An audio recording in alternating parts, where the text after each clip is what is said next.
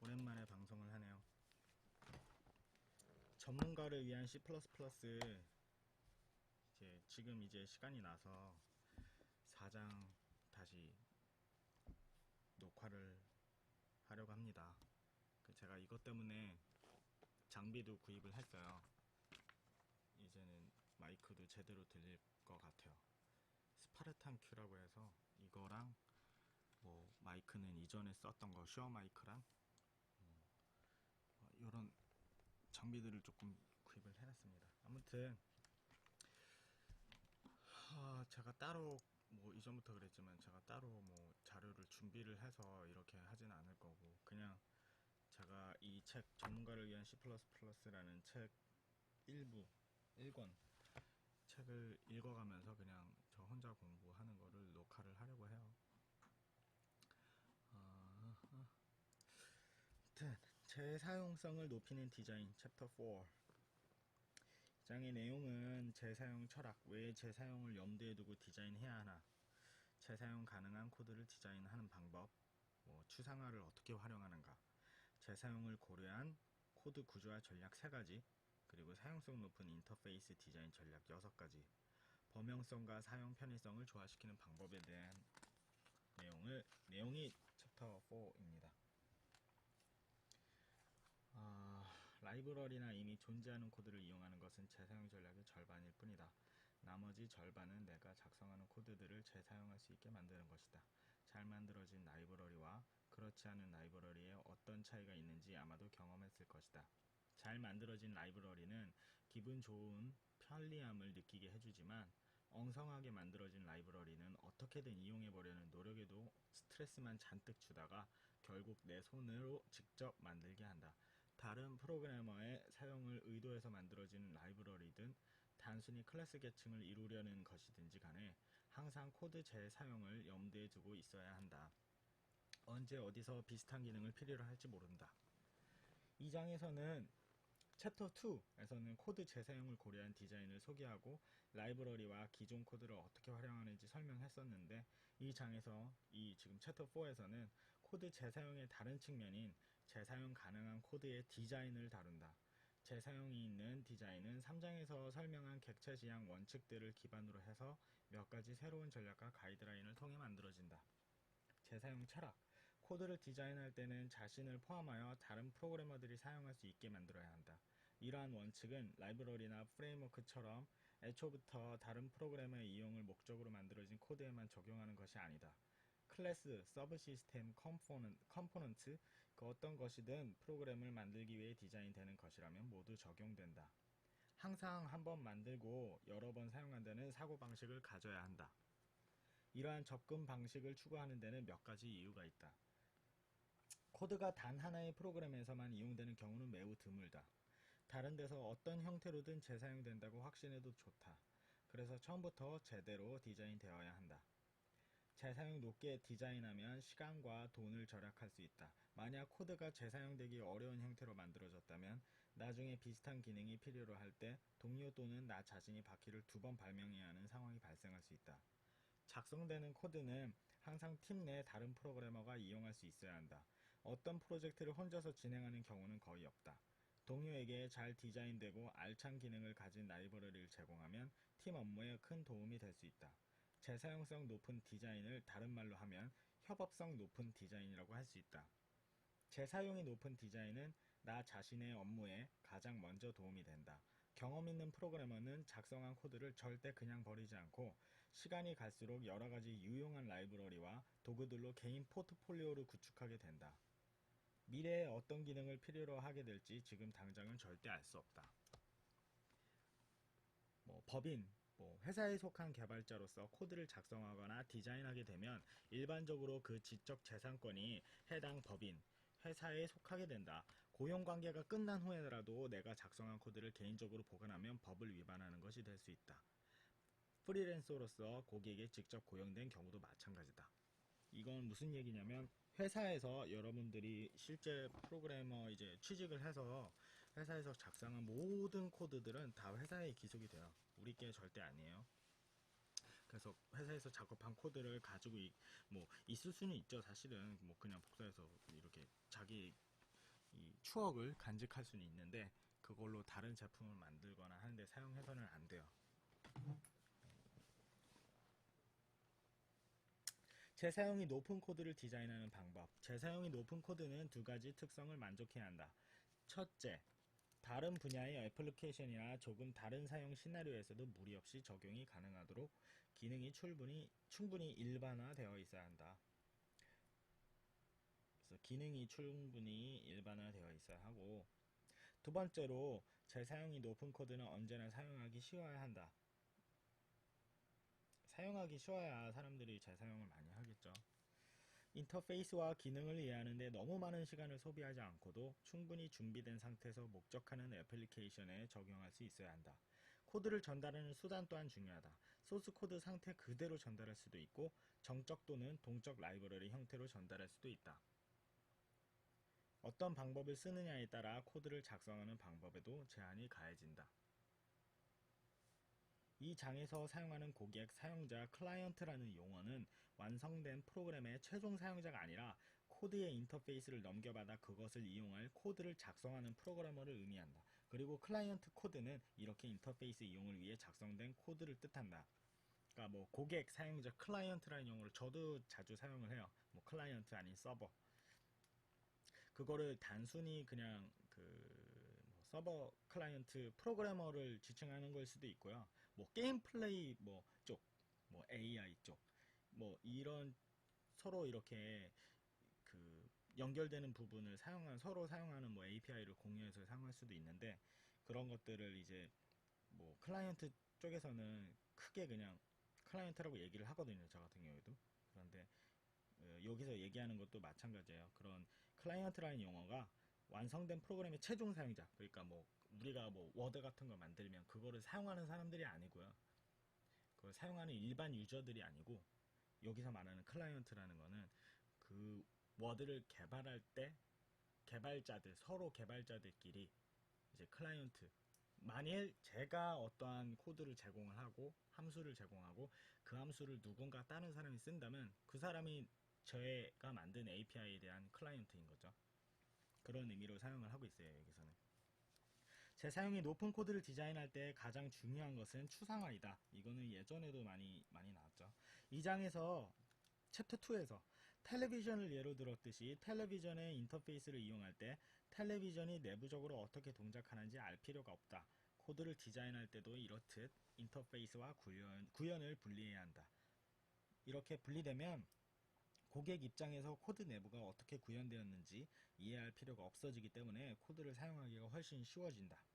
추상화는 코드를 인터페이스와 구현으로부터 분리하기 때문에 추상화, 여기 abstraction이라는 거는 코드를 인터페이스와 구현으로 서로 이렇게 분리를 해줘요. 재사용이 높은 코드를 디자인하는 것도 이 두 부분에 집중하게 된다. 먼저 코드를 적절하게 구조화해야 한다. 클래스 계층을 어떻게 설계할 것인가? 템플릿을 사용해야 하는가? 어떻게 서브 시스템들로 분할할 것인가? 그 다음에는 인터페이스를 디자인해야 한다. 인터페이스는 작성된 라이브러리나 코드의 관문으로 다른 프로그래머들이 기능을 이용할 수 있게 해준다. 여기에 예를 들자면 이렇게 나누는 거죠. 나누고 제가 어떠한 코드들을 제공하는 입장, 이거는 이런 것들을 사용하는 입장들이 이렇게 있을 때 제가 제공하는 것들이 있고 여기에 구현 내부사항은 사실은 감춰져 있는 거죠. 구현 내부사항이 뭐 이렇게 있다고 치면 이게 구현 내부사항인 거예요. 그럼 얘네들은 이거를 보는 게 아니고 얘네들이 이런 걸 보는 게 아니고 얘네들은 제가 여기에 제공하는 어떠한 것, 이게 인터페이스예요. 인터페이스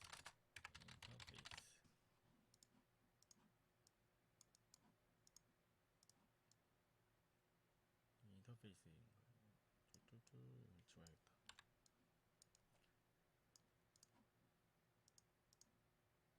얘네들은 이걸 쓰는 거예요. 이런 것들을 인터페이스를 통하고 거기에 대한 제가 만드는 어떠한 구현 내부 사항은 감춰지는 거죠. 그 추상화의 가장 핵심은 그거예요. 인터페이스와 구현을 이제 분리하는 거. 추상화의 활용. 챕터 2에서 추상화 원칙에 대해 배웠고 3장에서 그 활용법으로서 객체 지향 디자인에 대해 살펴보았다. 추상화 원칙을 따르기 위해서는 내부 상세 구현이 드러나지 않도록 인터페이스를 만들어야 한다.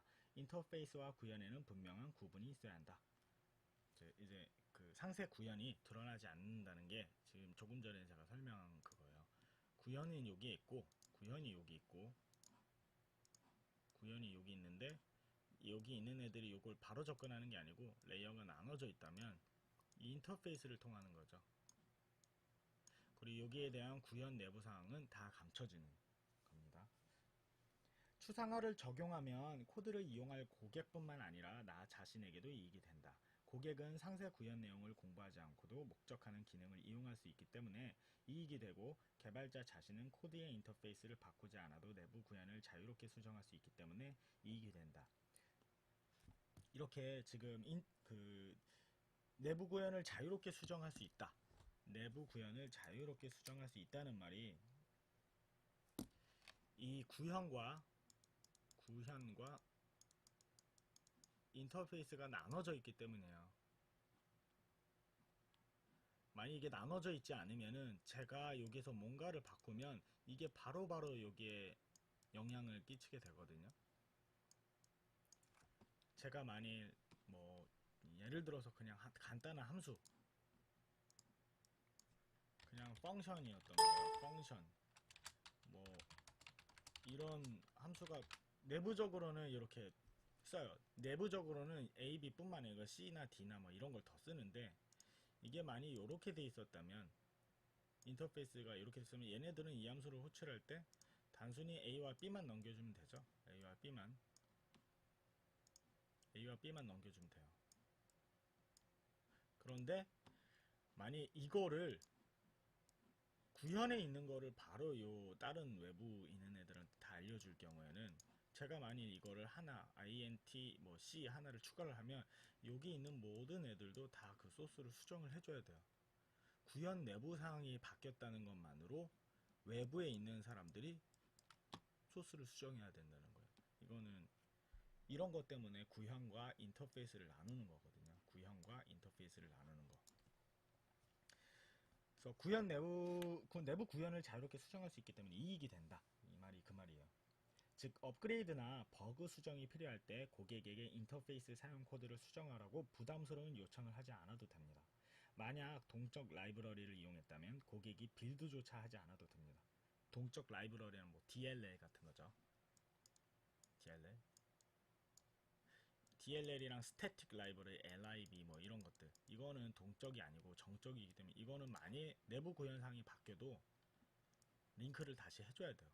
하지만 DLL 같은 경우는 동적 이 라이브러리를 사용하기 때문에 요 서브 시스템들, 다른 외부에 있는 어떤 시스템들이 이거 DLL을 사용하기 위해서 재컴파일을 하지 않아도 돼요. 이건 C++ 뭐 쪽 얘기죠. 뭐 다른 언어들도 마찬가지지만. 그래서 종국적으로 보면 작성하는 코드가 어떤 기능을 지원해야 하고 외부 모듈과 상호작용해야 할 부분들은 어떤 것들이 있는지 인터페이스 디자인을 통해 명확히 할 수 있기 때문에 개발자 자신에게도 도움이 크다. 그리고 인터페이스와 구현을 명확히 구분하면 라이브러리가 의도하지 않은 방식으로 이용되는 것도 막을 수 있기 때문에 예상치 못한 동작을 하거나 오류가 발생하는 것도 피할 수 있다. 노트가 있어요. 인터페이스를 디자인할 때는 절대로 세부 구현 사항을 고객에게 노출해서는 안 된다. 이거는 중요한 말이에요. 노트가 뭐가 있냐? 인터페이스를 디자인할 때는 절대로 세부 구현 사항을 고객에게 노출해서는 안 된다. 인터페이스를 디자인할 때는 절대로 세부 구현 사항을 고객에게 노출해서는 안 된다. 어떤 라이브러리들은 클라이언트 코드로 하여금 특정 데이터를 유지하고 인터페이스 간에 주고받을 수 있게 요구하기도 하는데, 이러한 정보는 핸들이라고도 불리며 함수 호출 간의 특정 인스턴스를 추적하고 기억하기 위한 목적으로 사용된다. 만약 라이브러리 디자인이 핸들을 필요로 한다면 그 핸들의 내부 구조를 노출하지 않도록 해야 한다. 핸들의 클래스 타입을 최대한 불투명하게 만들어서 프로그래머가 내부 데이터에 접근할 수 없게 한다. 그리고 그 클라이언트 코드가 핸들의 내부 변수를 조작할 필요도 없게 한다.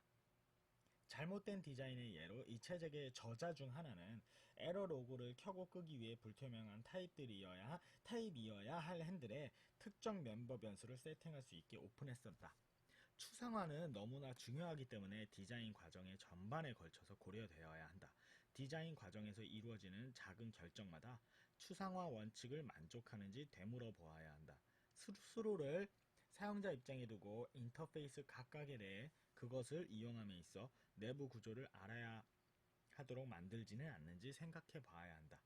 만약 이 원칙에 예외가 필요하다면 극히 드물어야만 한다. 여기에도 노트가 있어요. 안타깝게도 C++는 특성상 추상화 디자인을 제대로 적용하기에 용이하지 않다. C++는 클래스 정의 문법 자체가 퍼블릭 인터페이스와 함께 프라이빗 프로텍티드와 같은 non-public 인터페이스도 함께 기술하도록 하고 있다. 이 때문에 공개하고 싶지 않은 내부 변수, 멤버 변수와 메서드들이 노출되어 버릴 수밖에 없다. 이것은 내부 구현 내용을 공개하는 것과 마찬가지다. 7장에서는 이러한 문제를 극복하기 위한 테크닉을 설명한다. 뭐 이런 패턴들이 있어요. 여기에 핸들이란 용어를 썼어요. 핸들. 이거는 그 나중에 처음 프로그래밍 하면 거의 모르겠지만, 나중에 이제 인터페이스는 뭐 API를 만든다거나 엔진을 만든다거나 뭐 이런 거를 만들어서 다른 사람한테 이제 제공하는 거를 코딩하게 될 경우에 요런 이 핸들이라는 개념을 사용하게 될 거예요. 안 사용해도 되지만 사용하면 장점이 있죠. 이건 그 게임 프로그래밍 잼스에서도 나왔었던 내용이에요. 이게 잠시만요. 아이고 게임 프로그래밍 잼스 1권에 또 나와 있어요. 그렇지만 제가 여기서 설명을 다 하지는 않을 거고 간단하게는 설명을 해드릴게요. 여기 그 어디 있냐면 범용 핸들 기반 자원 관리자, 뭐 꼭 굳이 자원 관리자 용도는 아니에요. 핸들이라는 거 기법 자체는 115페이지에 나와 있는 건데, 뭐 그거를 제가 지금 설명하지는 않을 거고요. 그러면 이게 왜 뭐 어떤 얘기냐, 이거는 잠깐 얘기를 해드릴게요. 콘솔 어플리케이션이고 핸들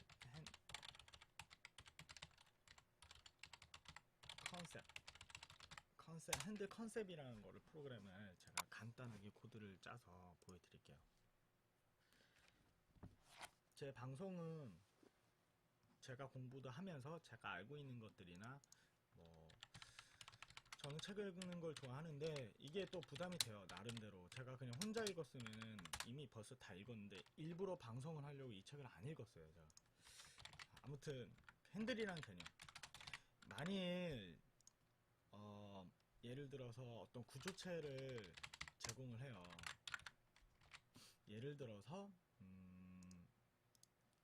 여기에 헤더를. 근데 이거 핸들이란 건 사실은 만일 이 API나 이런 것들을 제공받는 사람들이 이 API의 어떤 소스 코드를 다 볼 수 있다는 가정이면 굳이 이렇게 안 해도 되는데, 예를 들어서 myData라고 할게요. myData 클래스예요. 그냥. 옛날에는 이거 헤더 블럭도 제가 손으로 다 짰는데 요새는 이렇게 안 하더라고요. 자, 그러면 아무튼 클래스를 하나 만드는데 myData라는 클래스예요.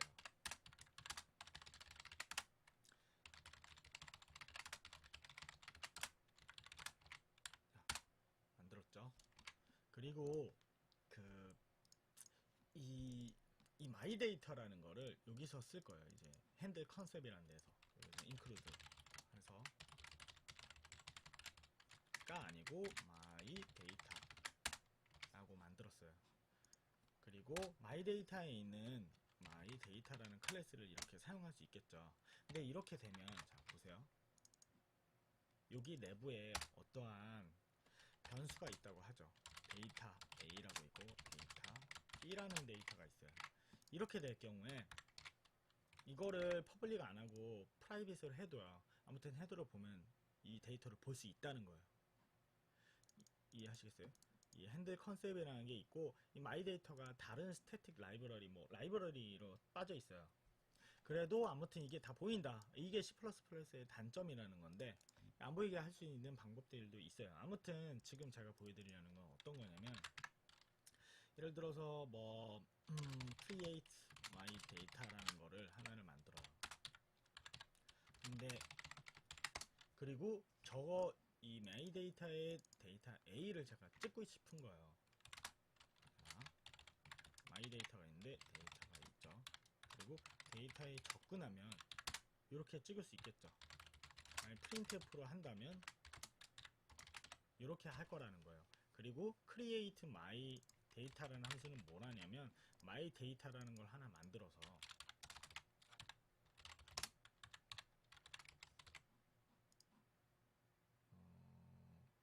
그냥 여기다가 정리하죠. 하나 만들어서 리턴 하는 거예요. 그냥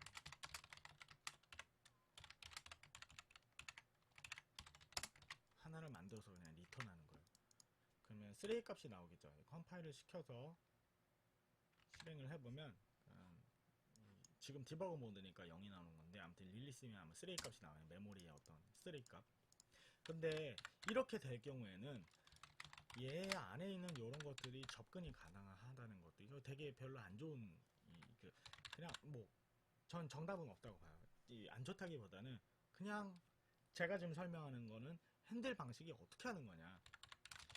그러면 여기서 이 create my data가 실제 이 객체를 리턴하는 게 아닌 거예요. 그럼 어떻게 하냐. 예를 들어서 인티저 값을 하나, 인티저가 아니고 my data handle이라고 할게요. 그냥. 자, my data handle 이게 뭐냐.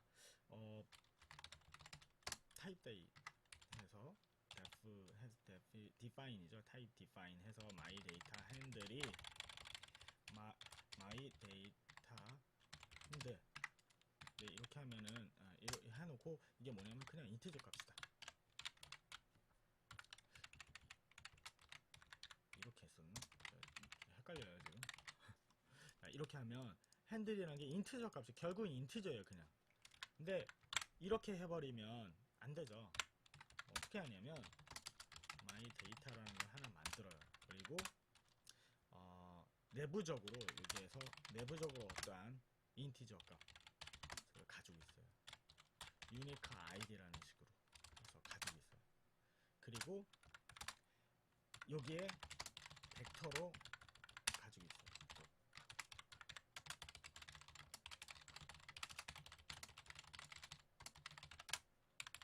이것만 잘 보시면 돼요. 다른 지금 요렇게 막 중간에 요렇게 하는 걸 실제 업무에서 요렇게 하지 마시고 저는 당장 요 핸들 컨셉이 어떤 건지를 보여드리고 싶은 거예요.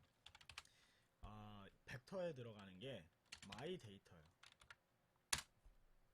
my data 포인터. 벡터를 하면 안 되겠다. 벡터를 해도 되겠어요. 지워지지 않는다고 가정할게요. 그냥 my data. 그러면 0번으로 시작하고 그리고 얘가 my 컨테이너인 거예요. 새로운 my data라는 걸 만들어요. 만들었죠. 만들고 리턴을 해야 되는데 my data를 이 데이터를 리턴할 수는 없죠. 왜냐면 이게 핸들이 요거니까. 그리고 요거를 my 컨테이너에다 넣는 거예요. 어떻게? 푸시 백해서 그냥 넣어요. 데이터를 넣어요. 했죠.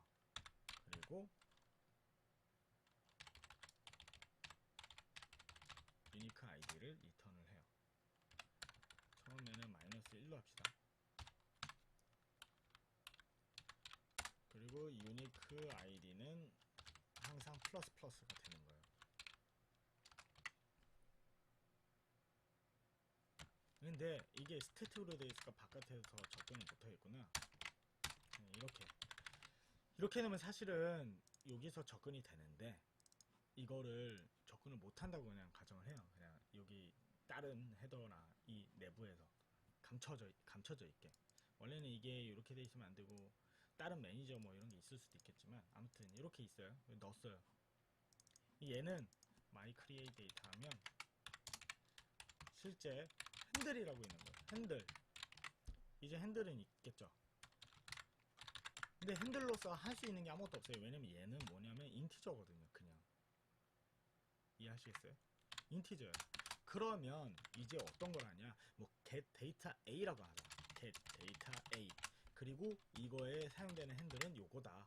그리고 거기 있는 값은 이렇게 만일 API를 디자인을 하겠다 이거예요. 그럼 get data a는 어떻게 돌아가냐? 인티저 값을 리턴을 해요. 그리고 핸들은 my data 핸들이에요. 핸들 리턴을 어떻게 하냐? my 컨테이너 있죠. 컨테이너의 핸들 값을 리턴 하겠다 이거예요. 아시겠어요? 그러면 컴파일을 해보고 실행을 하면 아까처럼 똑같이 나와요. 프린트를 안 했구나. 프린트를 하면 일단은 0값이 들어가죠. 그럼 set도 한번 만들어 볼게요. 데이터 말고 set data a 핸들. 그 값은 뭐냐면 10이라고 할게요. 그냥 이거는 아예 없는 거예요. 이제 만들어야죠. set data. set data에 필요한 거는 어떻게 되어 있냐면 my data 핸들을 필요하는데 핸들이고 값은 이거예요. 그리고 어떻게 접근하냐면 my 컨테이너의 핸들러의 데이터에 a에다가 밸류를 넣어서 세팅하겠다 이거예요. 그리고 컴파일을 해서 실행을 시키면 10이라는 값이 나오죠. 이거 지금 보세요. 제가 만일 API를 제공한 입장이에요. 뭐 create my data, get data A, set data A라는 거를 만든 사람이 저예요. 그리고 이것들을 사용하는 사람이 클라이언트다 이거예요. 클라이언트 입장에서 봤을 때는 보세요. create my data 핸들인데 핸들 아무것도 볼 수 없죠. 지금은 이렇게 보여지니까 보이는 건데 이거를 다른 쪽으로 이제 그 파일 그 관계를 이제 계층을 나눠버리면은 보이는 건 인티저밖에 없어요. 실제로 접근할 수 있는 게 인티저. 그럼 인티저로 뭐라 할 거예요? 이게 만약에 인티저라면 인티저 값은 그냥 인티저 값이잖아요. 이걸로 할 수 있는 건 아무것도 없어요. 그런데 이 핸들로 요런 데이터 A도 세팅도 하고 데이터 A도 얻겠다. 그리고 실제로 이렇게 쓰겠다. 이건 거예요. 약간 계층이 나눠졌죠 지금. 이렇게 되면 장점이 뭐냐면은 아까처럼 퓨어한 포인터일 경우에는 아까처럼 마이 데이터 포인터였잖아요. 아까 데이터가 그래서 create my data를 했는데 그리고 나서 시간이 지났어요. 그리고 set data A를 했는데 제가 데이터에다가 이렇게 얻었어요. 접근을 하려고 해요. 근데 이게 만약 예를 들어서 지워져 있다. 그럼 어떻게 될까요? 바로 크래시가 나겠죠. 그런데 핸들의 장점은 예를 들어서 이 핸들이 있어요. 내부에서 이 핸들이 유효한지 is 핸들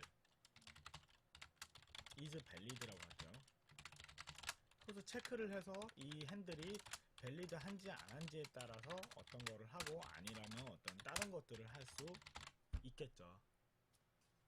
이렇게 되면 클라이언트 쪽에서는 아무튼 조금 더 안전한 코드를 짤 수 있는 거예요. 물론 퓨어한 포인터를 쓸 때도 이렇게 한 다음에 이게 밸리드 한지 아닌지를 할 수 있겠죠. 네. 근데 그거보다는 이게 훨씬 더 깔끔한 방법이 된다 라는 거예요. 이게 핸들이란 컨셉이에요. 아시겠죠? 클라이언트 코드를 보면은 요거밖에 안 보여요. 이게 핸들의 개념이에요. 이게 윈도우즈에서도 많이 쓰여요. 실제로 여러분 아시는 그 윈도우즈 프로그램 배워보신 대로 H 핸들이라고 배웠죠. 이거 보이시죠? 이거 들어가면 뭐예요? 아이고 여기 안 보이네. 들어가면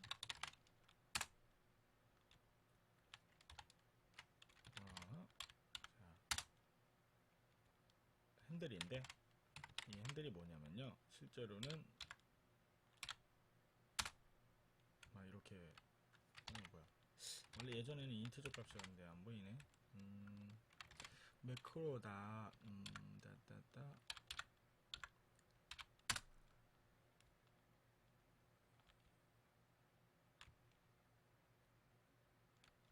나중에는 스트럭처로 바꿨나요? 스트럭처로 바꿨어요. 근데 이런 핸들, H 핸들, 뭐 윈도우즈에서 이런 개념을 썼어요.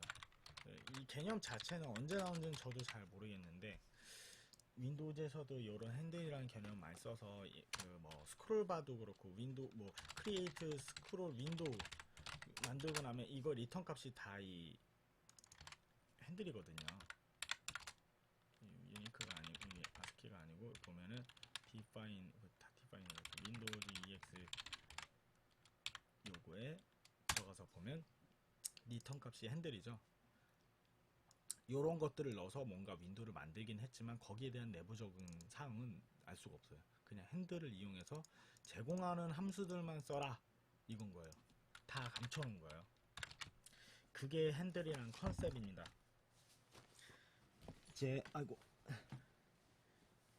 이제 재사용성에 최적화된 코드 구조화. 디자인 초기부터 재사용을 고려해야 한다. 다음에 설명할 전략은 코드를 적절하게 구조화하도록 도와준다. 그런데 이 전략들은 범용성을 높이는 데 초점을 두고 있다. 재사용성, 사용 용이성을 높이는 부분은 인터페이스 디자인에 더욱 관련이 있기 때문에 이 장의 다음 부분에서 설명한다. 관련성이 없거나 논리적으로 분리된 개념이 합쳐지지 않게 한다. 라이브러리나 프레임워크를 디자인할 때는 하나의 작업 목표 또는 관련된 작업 목표 그룹에만 집중하고 관계없는 개념들을 합쳐놓아서는 안 된다. 랜덤 넘버 생성과 XML 파서 같이 서로 관계없는 것들은 섞어서는 안 된다. 전혀 다른 어떤 기능을 제공하는 것들이 하나의 라이브러리에 있으면 안 좋겠죠. 비록 재사용성과 관련 없는 부분을 디자인하더라도 이러한 원칙을 고수하는 것이 바람직하다. 프로그램이 통째로 재사용되는 경우는 매우 드물다. 반면에 프로그램의 코드 일부분이나 서브 시스템은 다른 애플리케이션에 직접적으로 재사용되거나 조금 다른 사용 시나리오에 활용할 수 있다. 이 때문에 프로그램의 각 부분이 논리적으로 구분된 기능을 갖게 하는 컴포넌트화하는 것이 다른 프로그램에서의 재사용 가능성을 높이는 데 유리하다. 이러한 전략은 실세계의 디자인 원칙인 개별적 교체가 가능한 부품과 같다. 예를 들어 오래된 자동차에서 타이어만 떼어내어 다른 모델의 새 자동차에 부착할 수 있다. 타이어는 분리 가능한 컴포넌트로서 자동차의 다른 부분들에는 종속되지 않는다. 즉 타이어를 바꾸기 위해서 엔진까지 바꿀 필요는 없다. 이러한 논리적 분할 전략은 거시적인 서브 시스템 디자인은 물론 미시적인 클래스 계층 디자인까지 모두 적용할 수 있다. 프로그램을 논리적 서브 시스템들로 분할한다. 서브 시스템들을 개별적인 컴포넌트로 디자인하여 독립적으로 재사용 가능하게 한다. 예를 들어 네트워크 게임을 디자인한다면 네트워킹과 그래픽 사용자 인터페이스를 각각 별도의 서브 시스템으로 만든다. 이렇게 함으로써 두 컴포넌트가 서로 간섭받지 않고 재사용될 수 있다. 네트워크를 사용하지 않는 게임을 만들고 싶을 때는 그래픽 사용자 인터페이스 서브 시스템만 가져다 쓰면 되고 네트워크 서브 시스템은 신경 쓰지 않아도 된다. 그리고 반대로 P2P 파일 공유 프로그램을 만들고 싶다면 그래픽 사용자 인터페이스 서브 시스템은 제쳐두고 네트워크 서브 시스템만 가져다가 쓰면 된다. 각 서브 시스템에 추상화 원칙을 적용하는 것도 잊어서는 안 된다. 각 서브 시스템을 작은 라이브러리로 보고 최대한 관련 있는 것들끼리만 모아서 응집도를 높이고 사용하기 쉽게 인터페이스를 만든다. 비록 이러한 작은 라이브러리들은 사용할 사람이 나 혼자뿐이라고 해도 기능이 논리적으로 잘 구분되도록 인터페이스와 구현부가 디자인되어 있다면 분명 이득이 된다. 클래스 계층을 활용해서 논리적 개념을 분리한다. 프로그램을 논리적 서브 시스템으로 분할하는 것과 더불어 서로 상관없는 개념들이 클래스 수준에서 서로 섞이는 것을 피해야 한다. 예를 들어 멀티스레드 프로그램을 위해 균형 이진 트리 데이터 구조를 만든다고 생각해보자. 이 트리 데이터 구조는 한 번에 한 스레드만 접근해서 트리 구조를 수정해야 한다. 이를 위해 데이터 구조 자체에 락킹 기능을 넣으려고 한다. 그런데 만약 이 이진 트리가 싱글 스레드 프로그램에서 이용된다면 어떻게 될까? 이때는 락킹 기능이 불필요한 실행시간 오버헤드만 유발한다. 더 최악의 상황으로 스레드 락킹을 지원하지 않는 다른 플랫폼에서는 이 이진 데이터 구조가 아예 컴파일이 안 될 수도 있다. 사실 C++11에서는 멀티스레딩 라이브러리가 내장되어 있어 락킹 메커니즘을 사용할 수 있다. 이에 대해서는 22장에서 설명한다고 합니다. 이러한 문제를 해결하는 한 가지 방법은 3장에서 설명한 것처럼 클래스의 계층을 추가하는 것이다. 즉 스레드 세이프 이진 트리를 일반적인 이진 트리의 서브 클래스로 만드는 것이다. 이렇게 하면 싱글 스레드 프로그램에서 락킹 오버헤드가 없는 이진 트리를 이용할 수 있다. 그냥 이진 트리, 싱글 스레드용 이진 트리만 사용하는 경우도 있고, 이게 이제 그 스레드 세이프한 거를 만들 때는 계층을 이제 클래스로 나누겠다 이건 거예요. 예를 들자면 요런 거죠. 짠.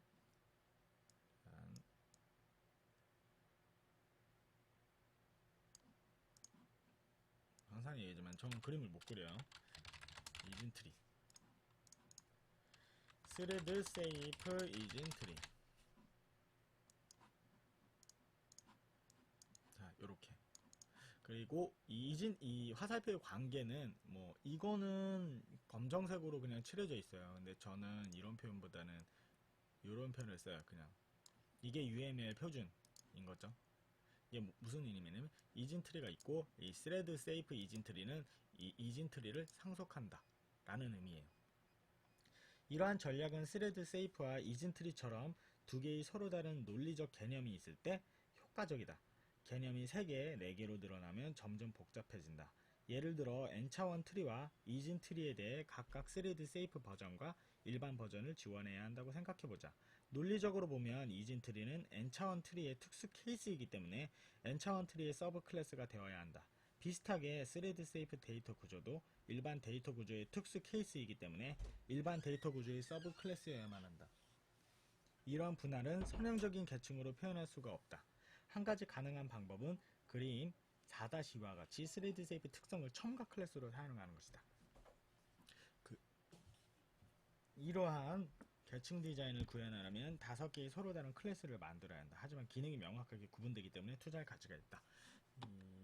첨가 클래스라는 게 제가 헷갈리네요. 첨가 클래스? 이렇게 돼 있어요. 번역이 첨가 클래스라는 게 스레드 세이프 아마 포함 관계를 얘기하는 것 같은데 n차원 트리, 이진 트리, 스레드 세이프는 n차원 트리, 스레드 세이프는 이진 트리, n차원 트리가 여기 있고 이진 트리가 있고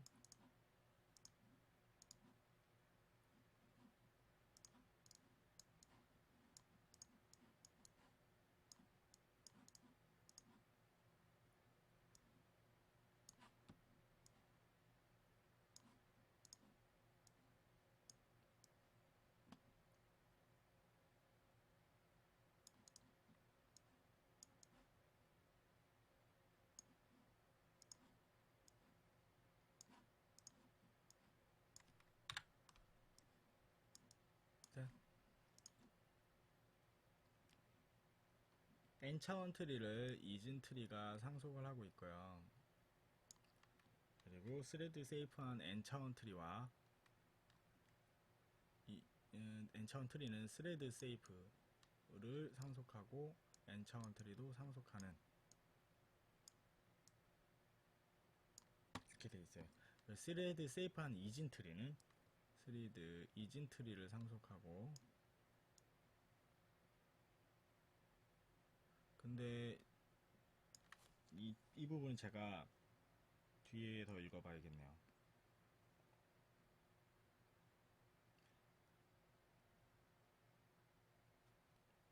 다섯 개의 클래스를 만들어서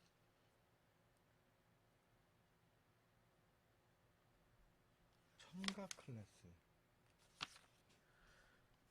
이거 상속이 아닌 것 같은데 첨가 클래스? 첨가 클래스라는 한국말이 뭔 뜻인지 모르겠네요.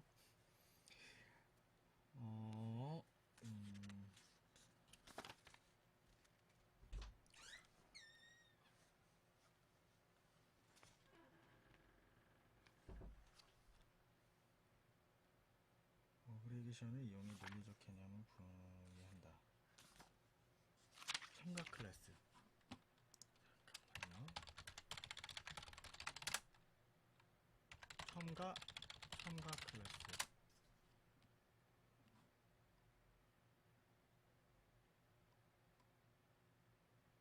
첨가 클래스라는 말이 무슨 말인지 모르겠어요.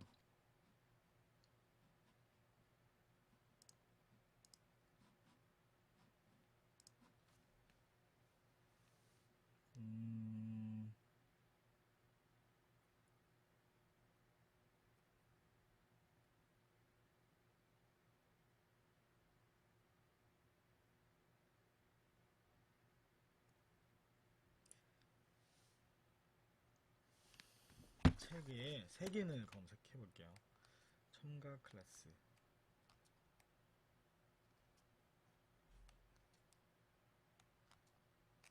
첨가 클래스.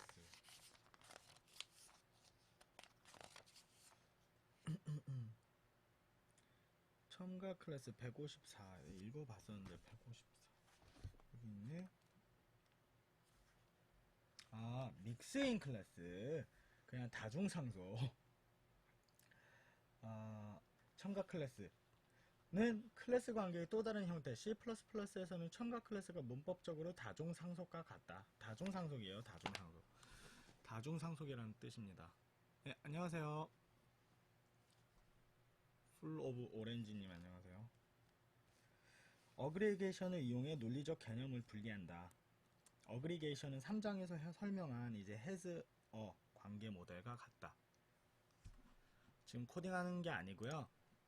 지금 전문가를 위한 C++ 제가 책 읽어가면서 그냥 정리하는 거 얘기하고 있는 거예요. 코딩하는 거 아니에요.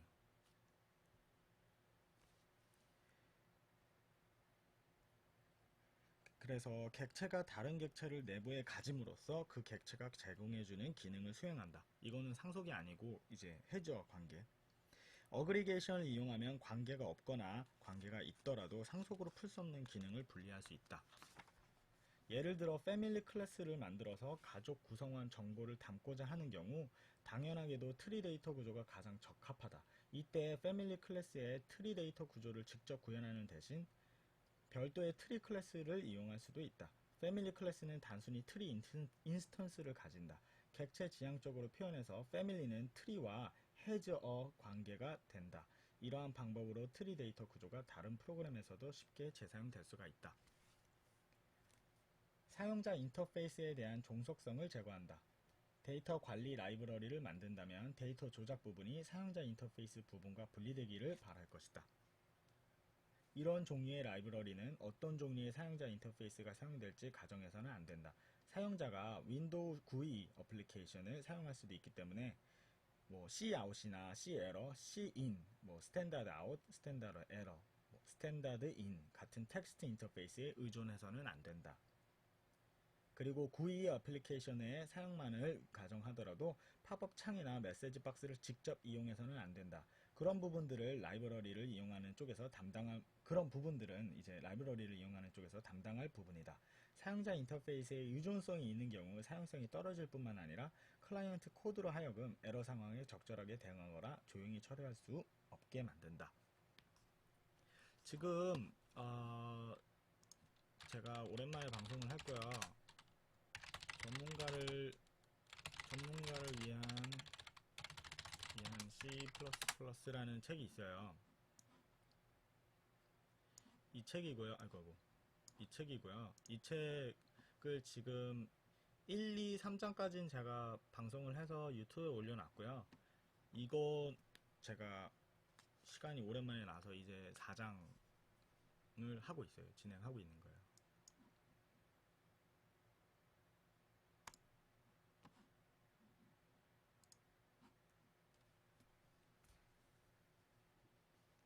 템플릿을 이용한 범용 데이터 구조와 알고리즘. 조금 전에 사용자 인터페이스에 대한 종속성을 제거한다고 했는데요. 아, 네네네. 그렇군요. 이 책 읽어보셨나요? 여기 사용자 인터페이스에 대한 종속성을 제거한다고 했는데 이게 결국은 인터페이스와 구현 내부상을 분리해서 얻을 수 있는 장점인 거예요. 예를 들어서 어떠한 클라이언트가 있고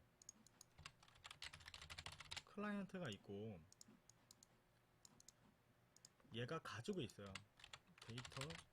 데이터를 가지고 있어요. 그리고 얘를 표현하는 어떠한 데이터? 그 방법이 여러 가지가 있을 수 있겠죠. 이 데이터가 예를 들어서 어떤 단순히 순열로 나타나 있는 네네네.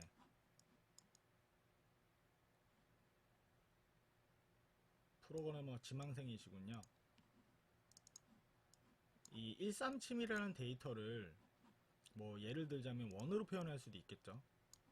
원을 전체 합이라고 봤을 때 뭐 1, 뭐 3, 나머지 7, 뭐 이렇게 표현할 수도 있는 거고, 이거를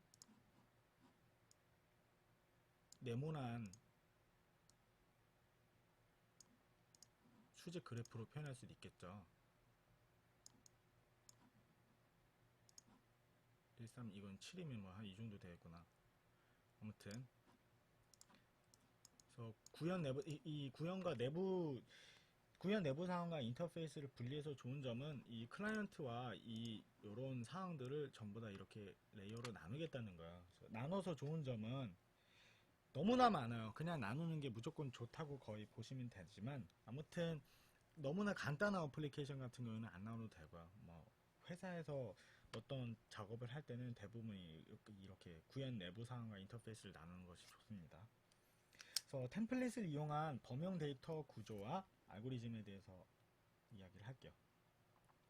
C++에서는 템플릿이라는 개념을 통해 내부에서 사용되는 데이터 타입이나 클래스에 독립적으로 적용할 수 있는 범용적인 코드 패턴을 만들 수가 있습니다.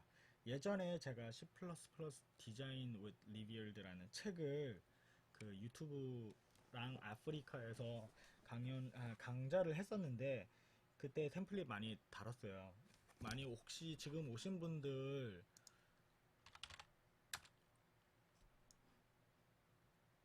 요 C++ 요거를 알고 싶으시면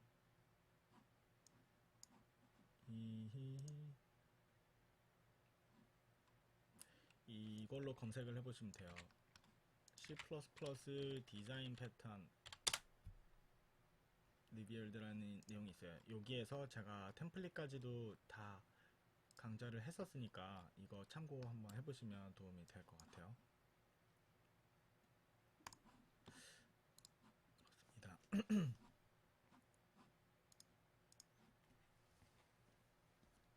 그래서 예를 들어 인티저 타입의 배열 코드를 작성했다고 하자. 이어서 또 더블 타입의 배열이 필요하다면 같은 코드를 타입만 바꿔서 또 작성해야 합니다. 뭐 템플릿은 그 사전적 의미대로 코드 형판을 의미하는 것으로 그 코드가 적용될 데이터 타입을 파라미터로 넘겨줌으로써 코드를 재작성하지 않고도 여러 데이터 타입에 대한 작업을 수행할 수 있다. 템플릿은 데이터 구조뿐만 아니라 알고리즘도 데이터 타입에 독립적으로 만들 수 있게 해준다. 가장 간단한 예는 표준 템플릿 라이브러리 STL이라고 있어요. STL. 요새는 대부분 프로그래밍을 하면 이게 스탠다드 템플릿 라이브러리라고 해요. 이 표준 템플릿 라이브러리가 있는데 저도 이거 많이 썼죠. 여기에 이제 벡터 클래스가 있어요. STL에 대해서는 11장에서 17장에서도 상세하게 다루고 있을 거니까 뭐 걱정하지 않으셔도 되고요. 아무튼 인티저 타입의 벡터를 만들고 싶다면 단순히 이렇게 하면 되죠. 그러면 이 벡터라는 컨테이너가 인티저라는 타입을 이제 컨테인하게 선언을 하는 거고, 만일 벡터가 더블이라는 타입을 가지고 있게 하고 싶다. 벡터하고 타입을 더블이라고 주면 되죠. 아까 제가 여기서도 내부적으로 사용을 했었지만 이 컨테이너에 이때는 제가 그 피어한 타입을 안 썼어요. 프리미티브 타입, 뭐 인티저, 더블, 플로트 이런 걸 안 쓰고 벡터하고 제 클래스 마이 데이터의 포인터형을 컨테인하게 만든 거예요. 이게 가능한 이유는 템플릿이라는 이 기법을 사용해서 이게 가능한 거고요. 그렇게 했고, 템플릿 프로그래밍은 보통 굉장히 효과적이지만 너무 복잡해질 수도 있습니다. 다행히도 데이터 타입을 파라미터화 하는 경우에는 간단하게 템플릿을 만들 수도 있고요. 2절에는 디자인에 관련된 주요한 부분을 먼저 살펴보고 템플릿 코드 작성 테크닉에 대해서는 19장과 20장에서 설명하겠습니다. 가능하다면 데이터 구조와 알고리즘을 특정 프로그램의 이용 환경에 종속적으로 만들기보다는 어디든 사용할 수 있게 범용적으로 만드는 것이 좋다. 균형 이진 트리를 만들면서 책 개체만 저장할 수 있게 만들어서는 안 되고 범용화해서 어느 데이터 타입이든 저장할 수 있게 해야 한다. 그렇게 하면 서점뿐만 아니라 뮤직 스토어 그리고 운영체제에까지 균형 이진 트리를 재활용할 수 있다.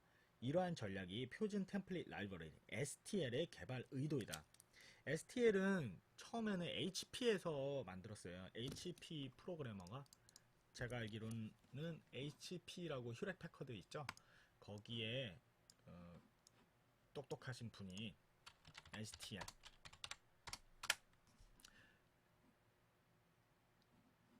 만든 사람이 최초로 만드신 분이 HP에서 만들었어요.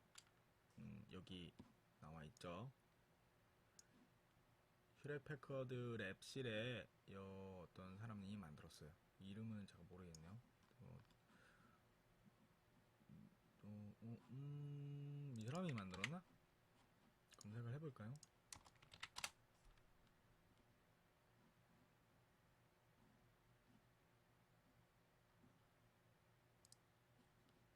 이름도 어려워요. 알렉산더 스테파노브 이분이에요. 이분이 그러네요. 최초로 디자인하고 임플리먼트 하신 분이에요. C++의 STL 라이브러리를 최초로 만드신 분이 이 알렉산더 뭐 이런 이름이신 거예요. HP 연구실에 계셨고 1992년대 만드셨네요. 그래서 그렇고요. STL은 그래서 그 전략 자체가 그거예요. 데이터 타입이나 알고리즘을 재사용 알고리즘이나 자료 구조를 계속 재사용 가능하게 만드는 게 그 개발 의도였고요.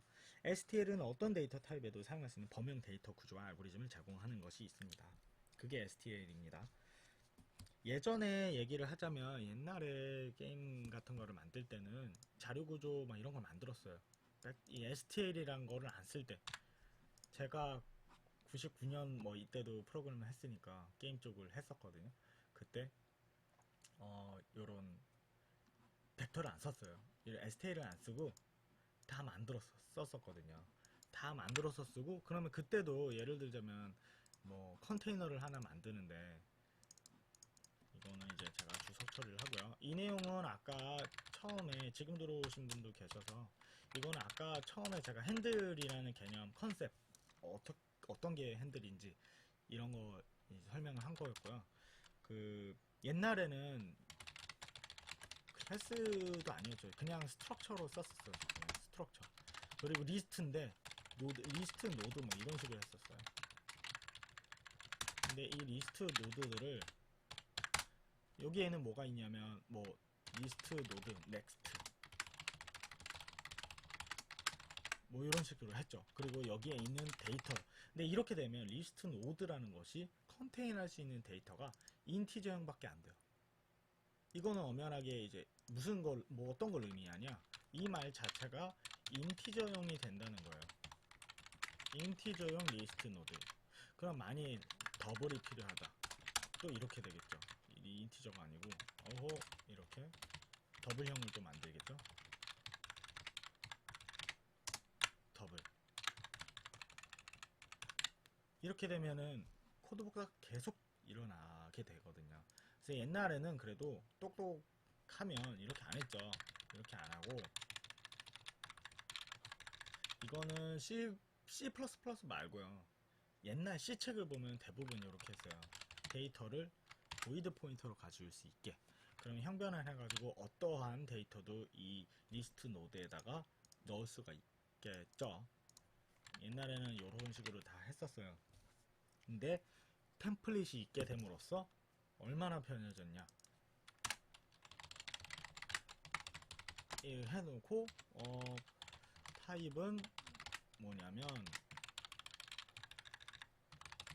이렇게 돼버리면 리스트 노드를 만들 때 사용하는 타입이 이렇게 하면 인티저 리스트 노드가 되는 거죠. 만일 얘가 더블이라면 이렇게 더블 리스트 노드, 즉 아까 이런 원형 판형 판 클래스의 어떤 노드의 판을 타입마다 안 만들어도 되는 거죠. 그게 템플릿 프로그래밍의 이제 핵심이에요. 물론 요새는 막 어려운 방식도 있긴 한데, 아무튼 그래서 템플릿이 다른 범용화 테크닉보다 더 나은 이유는 뭐냐면, 여기서도 설명을 하고 있어요. 이 책도 템플릿이 범용 데이터 구조를 만들기 위한 유일한 방법은 아니다. C++에서는 타입 지정 없이 보이드 포인터를 이용해서 데이터 타입의 독립적인 코드를 작성할 수 있다. 사용자는 데이터 타입을 보이드 포인터로 캐스팅해서 범용 코드를 사용할 수 있다. 하지만 이러한 방법은 타입 세이프 하지 않다. 타입 세이프 하지 않아요. 즉 형변환의 타입에 안전하지 않은 거예요. 맞아요. 네네네. 이런 형태가 자바에서 지네릭 클래스, 일반화된 클래스. 그 자바가 어레이가 있나요? 자바도 어떻게 했었던 것 같은데, 저도 자바를 약간 쓰긴 했었는데, 자바에 컨테이너가 있겠죠. 뭐 오라클 도큐멘테이션 막 이런 거 보면은 이거 말고요.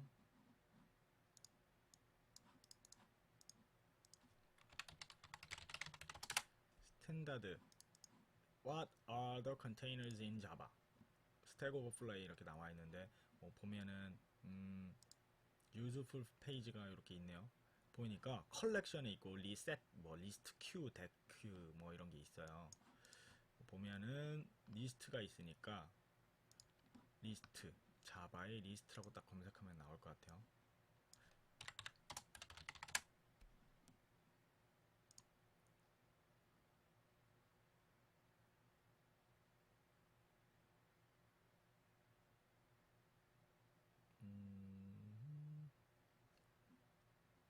그렇죠. 어레이 리스트가 있는데 여기에 들어가고, 여기 들어가는 게 그냥 뭐 다 들어가네요.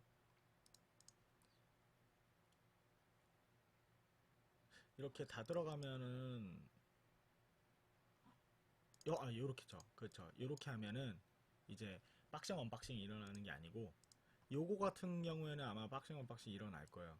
이렇게 막 넣을 경우에 어레이 리스트 그냥 넣었을 경우에는 박싱 언박싱이 일어날 거고, 이거 같은 경우에는 이제 타입을 지정해 주는지, 이게 일반화 지네릭 클래스 맞는 거죠? 자바의 지네릭 클래스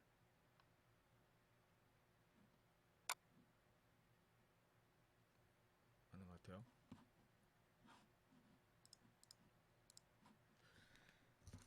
그렇습니다. 그래서 이게 보이드 포인터 사용해서 단점이 뭐냐면 타입 세이프 하지 않아요. 타입에 안전하지 않아요. 즉 데이터를 이용하거나 저장할 때 그 타입이 목적하는 것과 같은지 검사할 방법이 없어요.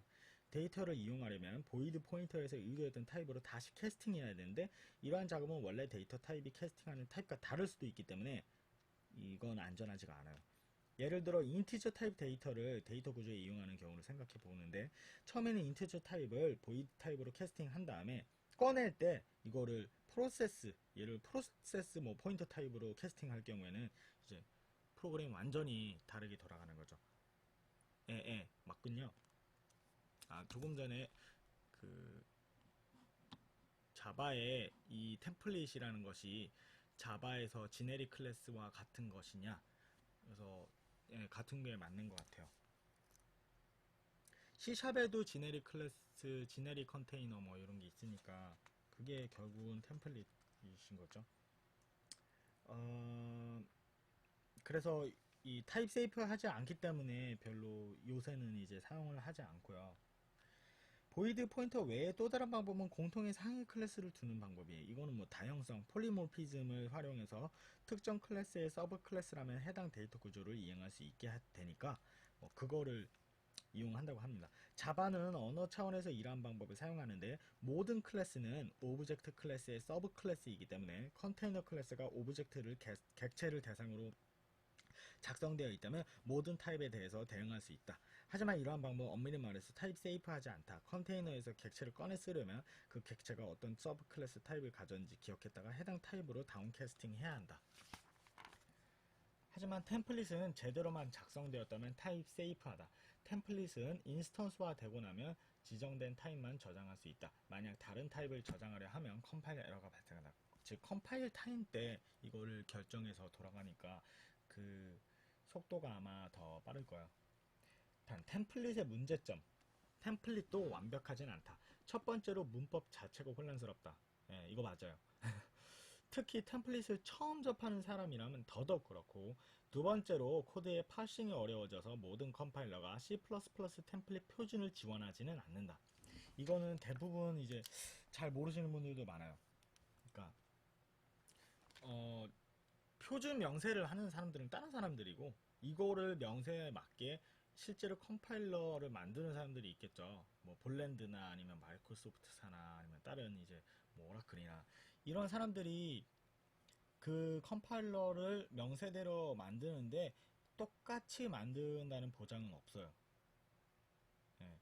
그래서 그 지금도 제가 알기로는 C++11이나 어떤 표준화 이 명세에는 나와 있는데 그거를 다 지원하는 컴파일러가 그 마이크로소프트 비주얼 C++가 아마 모든 그거를 지원하지는 않는 걸로 알고 있어요. 그누나 뭐 다른 거는 지원을 한다고 들었는데 아무튼 그렇고요.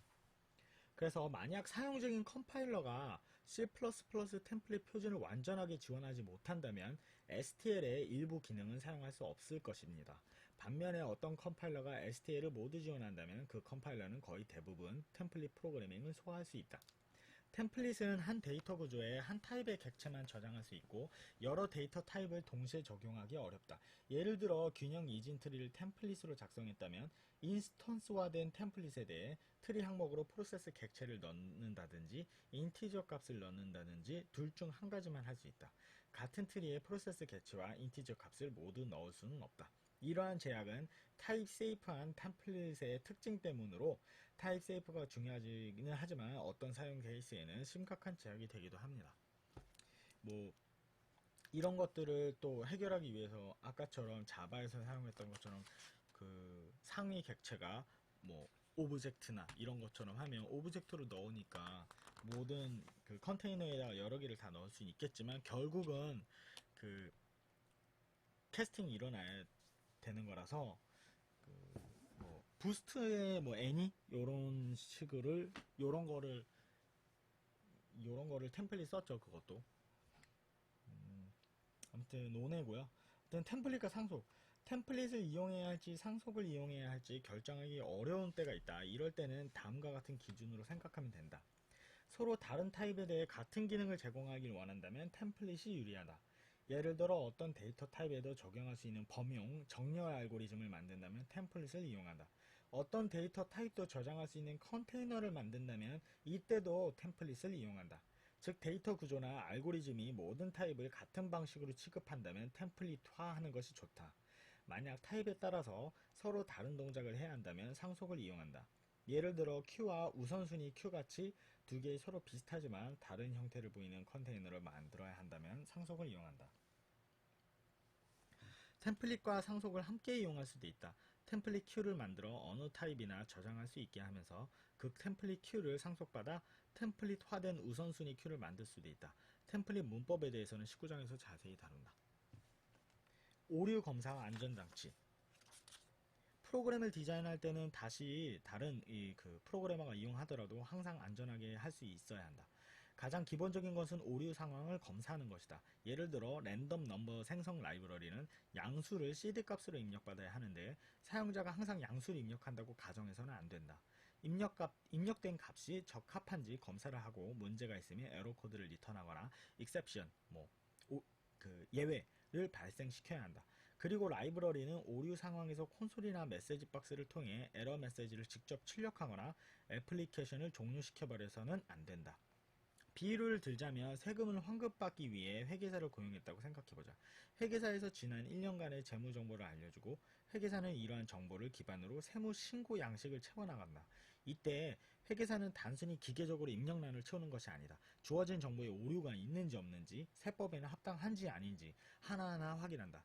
예를 들어 주택대출 이자에 대해서 세금 환급을 받으려고 한다고 하자. 그런데 지출한 이자가 연 1,000만 원인데 연 총소득이 1,200만원이라고 했을 때 회계사는 소득이 이자를 갚기에 너무 적어서 소득 축소 신고로 의심받을 수 있다고 경고해 줄 것이다. 회계사를 회계 프로그램이라고 생각해보자. 회계사는 단순히 세금 신고서에 재무정보를 기입하는 역할 외에도 입력값들을 점검하고 문제가 될 만한 상황을 알려주는 역할도 한다. 프로그래밍 할 때도 마찬가지다. 가능한 많은 부분에서 오류 가능성을 확인하고 안전장치들을 제공해야 한다. 그 어떤 상황에서도 사용 중인 라이브러리가 프로그램을 종료시켜야 할 경우는 없다. 라이브러리를 만들고 있다면 엑시트와나 그와 비슷한 기능을 하는 함수는 그냥 잊어버리는 것이 안전하다. 오류 검사와 안전장치를 구현하는 데는 언어 차원에서 제공되는 기능과 더불어 몇 가지 유용한 테크닉이 있다. 첫 번째는 에러 코드, false나 null 포인터를 리턴하는 거, 아니면 클라이언트에 exception 던지는 거. 저 같은 경우에 C++ 프로그램 할 때 exception을 거의 사용을 안 했어요. 별로 사용을 많이 안 했기 때문에. 키라임 파이님 안녕하세요. 익셉션에 대해서는 10장에서 다룬데 저는 10장을 아마 건너뛸 거예요. 오류 처리 이런 것들은 아마 건너뛸 겁니다. 두 번째는 스마트 포인터를 이용해 동적으로 할당된 메모리를 관리하는 것이다. 개념적으로 스마트 포인터는 자신이 메모리에서 해제된 시점을 스스로 알고서 처리해준다. 스마트 포인터에 대해서는 21장에서 자세히 설명한다. 세 번째로 21장에서 설명한 세이프 메모리 테크닉을 이용하는 것이다. 사용성 높은 인터페이스 디자인. 제 사용성을 높이기 위해서 추상화, 구조화와 더불어 또 한 가지 집중해야 할 부분이 다른 프로그래머들을 위한 인터페이스 디자인입니다. 내부 구현이 엉망으로 되어 있다고 하더라도 훌륭한 인터페이스의 뒤에 가려져 있다면 아무도 불만을 제기하지 않는다. 이거 아주 좋은 말이에요. 내부 구현은 엉망이어도 상관이 없어요. 일단 돌아가기만 하면 되고 주어진 입력값 그리고 올바르게 처리가 돼서 올바른 결과값만 나오면 내부 구현이 어떻게 되더라도 상관은 없어요. 근데 그거를 사용하는 인터페이스는 소리가 작나요? 제 얘기하고 있는데 소리가 작나요? 안 들리시나요? 지금도 작아요? 엄청 큰 줄 알았는데.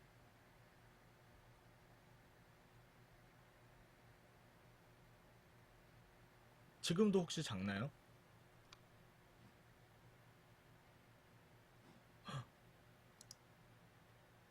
그래요?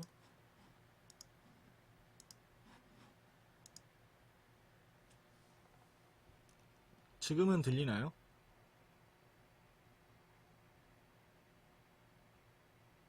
지금은 소리 큰가요? 작아요? 이게 맥스로 지금 해놨는데 지금도 그래요? 음... 엄청 큰 줄 알았는데 혹시 볼륨이 작게 되어 있는 거 아니에요? 왜냐면 제가 롤 할 때 이거 녹화를 했더니 목소리가 너무 크게 들려가지고.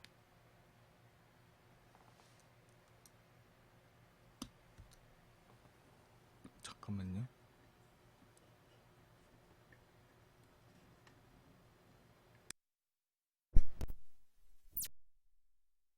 지금도 작나요? 이게 지금 맥스로 해놨어요 제가. 아이고, 그렇군요. 이거 어떻게 조절해야지?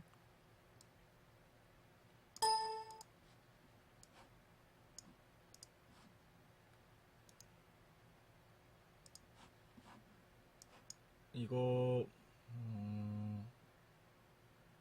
그래요? 띵소리는 정상이에요?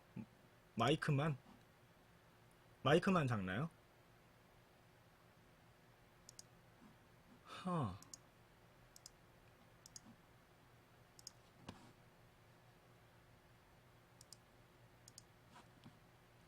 아, 음,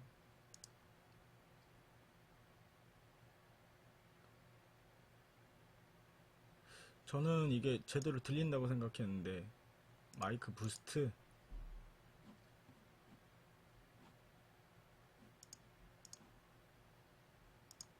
마이크 부스트를 했어요. 어, 48V? 크게 해주는 걸 하긴 했었는데, 잘 안 들리나 보네요.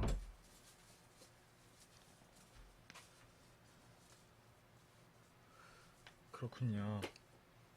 다음에, 아무튼 지금 작으면, 이거 일단 4장은 거의 끝났으니까, 진행을 하고, 나중에 제가 다시 한번 테스트를 해볼게요. 롤 할 때는 제 목소리가 되게 커가지고, 아, 그래요? 예, 잉여진님 안녕하세요.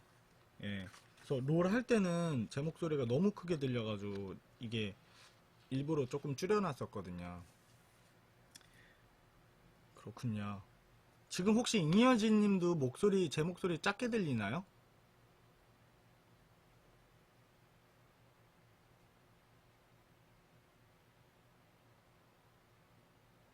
아, 크게 들려요?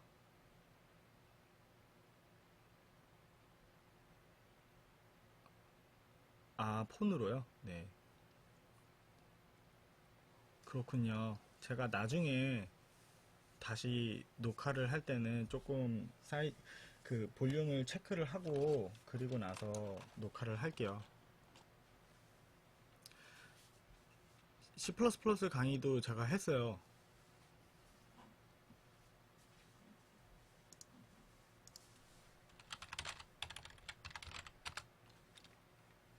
C++ 강의는 이게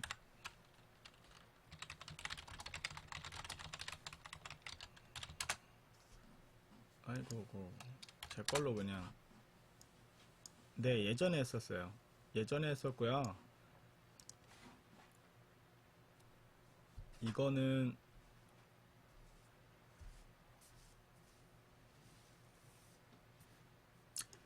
아 이거는 지금 제가 그 전문가를 위한 C++라고요.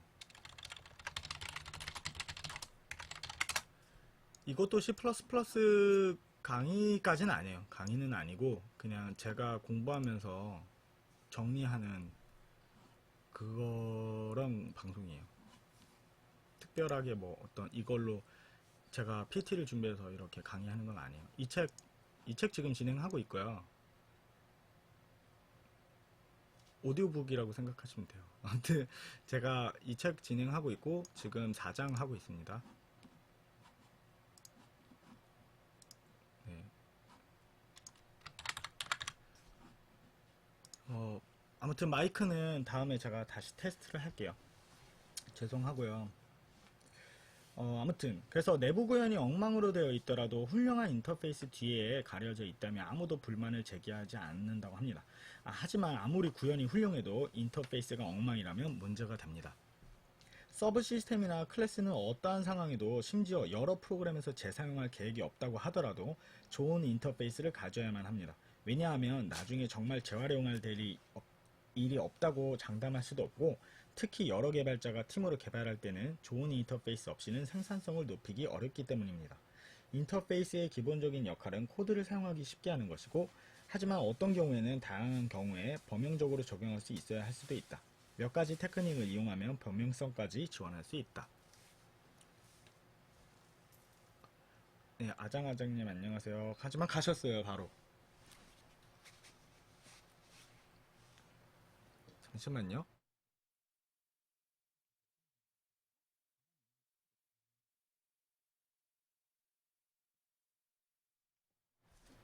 네, 사용하기 쉬운 인터페이스 디자인.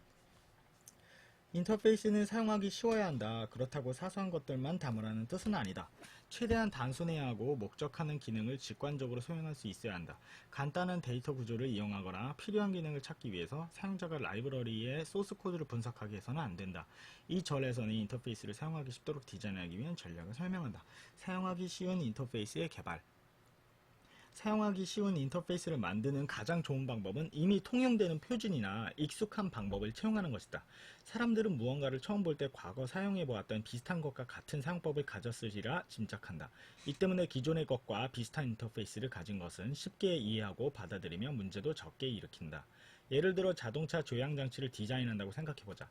조이스틱으로도 할 수 있고 왼쪽 오른쪽 버튼 두 개로 할 수도 있고 슬라이딩 버튼으로도 할 수 있고 기존과 같이 둥글한 이제 핸들을 채용할 수도 있다. 어떤 인터페이스가 가장 사용하기 쉬울까? 어떤 인터페이스를 가진 자동차가 가장 잘 팔릴까? 고객은 둥근 핸들에 가장 익숙하기 때문에 따라서 답은 당연하게도 둥근 핸들이다.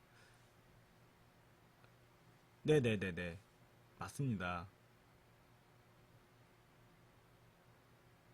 제가 근데 키라이파이님 아이디를 본 것 같거든요.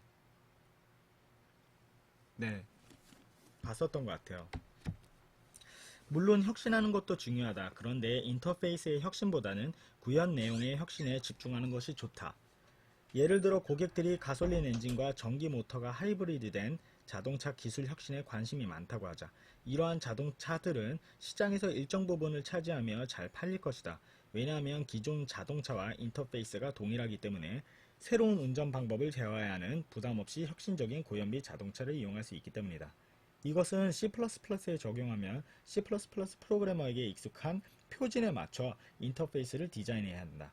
예를 들어 C++ 프로그래머는 클래스 개체를 만들고 제거할 때 클래스 생성자와 소멸자를 이용하는 데 익숙하는데 클래스 디자인할 때는 이러한 표준 사용법을 지키는 것이 좋다. 만약 생성자, 소멸자 대신 initialize, cleanup 같은 메서드를 부르도록 디자인했다면 그 클래스를 이용하는 프로그램은 혼란을 느낄 수밖에 없다. 왜냐하면 다른 C++ 클래스와 사용법이 다르고 initialize와 cleanup이라는 새로운 함수를 배워야 하기 때문이다.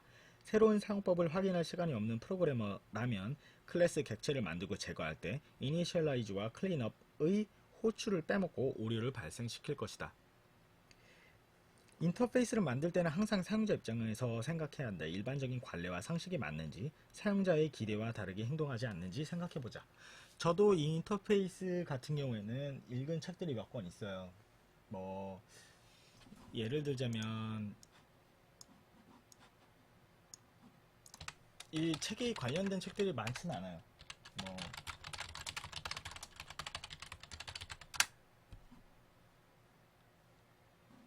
이 이런 책이 있고요. 박진성 진성님 안녕하세요.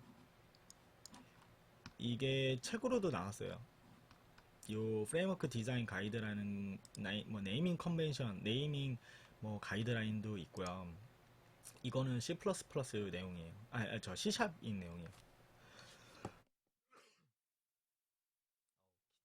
기침이 나오네요.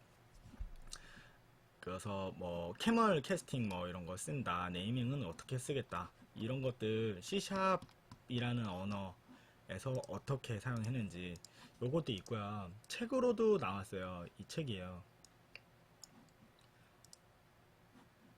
뭐 이디움이나 패턴이나 뭐 그런 것들 이게 네 왔다 갔다 하다 보면 그럴 수 있죠. 근데 그런 거 있죠. 그러니까 예를 들자면 ASP만 ASP에서 사용하는 이디움들이나 어떤 그런 관례들이 있잖아요. 그런 것들은 ASP 코드만 사용할 때는 일관성은 유지하는 게 좋긴 할 것 같아요. 뭐 자바스크립트는 또 자바스크립트 나름대로의 사용법이 있잖아요. C샵은 C샵 나름대로가 또 있고 C는 또 C 스타일이 있고 C++도 C++ 스타일이 있으니까 그거를 C++를 쓰면서 그 안에서 C도 쓰고 뭐도 쓰고 뭐도 쓰고 이러면 약간 헷갈리긴 하더라고요. 저 같은 경우에는 둘 다 써요. 저도 막 일관성 없게 쓰는 경우도 많아요.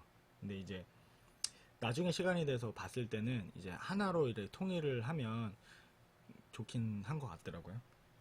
그래서 요 책도 있고요. 프레임워크 디자인 가이드라인이라는 책도 있고 또 우리나라 말로 번역된 책도 있어요. API 디자인이라는 책이었던 것 같은데 요거요. API Design for C++라는 책이 있어요. 이 책도 이 API 디자인은 하는 데 있어서 이제 도움을 많이 주는 이 책이 있습니다. 그래서 이런 것들을 한번 참고하시면 도움이 될 것 같고요. 그래서 노트에는 적혀 있어요. 이렇게 인터페이스를 만들 때는 항상 사용자 입장에서 생각해야 한다. 일반적인 관례와 상식에 맞는지, 사용자의 기대와 다르게 행동하지는 않는지 생각해보자 라고 합니다. C++는 연산자 오버라이딩하는 기능을 제공하는데, 이 기능을 이용하면 객체를 쉽게 사용할 수 있게 인터페이스를 만들 수 있다. 연산자 오버라이딩은 인티저, 더블 같은 내장 데이터 타입에서 쓰이는 표준 연산자들을 클래스 객체에도 활용할 수 있게 해준다. 예를 들어 소수 클래스 프랙션을 만들고 더 샘플셈 그리고 스트림 출력 연산자를 이용할 수 있습니다. 가령 이런 것들이 가능한 거죠.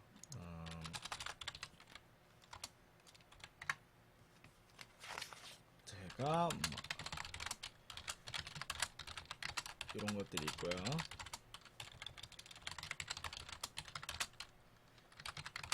이렇게 있을 때 합을 구하려는 거예요.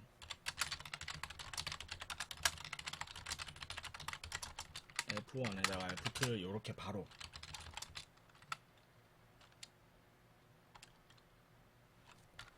디프는 필요 없고요. 일단은 이렇게. 그러면 원래 이 내부적 이거는 우리가 만든 어떤 클래스인데 여기에 대해서 더하기라는 연산자를 오버라이딩 해서 제공할 수 있다는 거예요. 이런 게 없으면은 따로 함수를 만들어 가지고 제공을 해줘야 되는데 이렇게 되면 이 C++에서 그 연산자 오버라이딩을 사용하게 되면 되게 명확하죠. 그러니까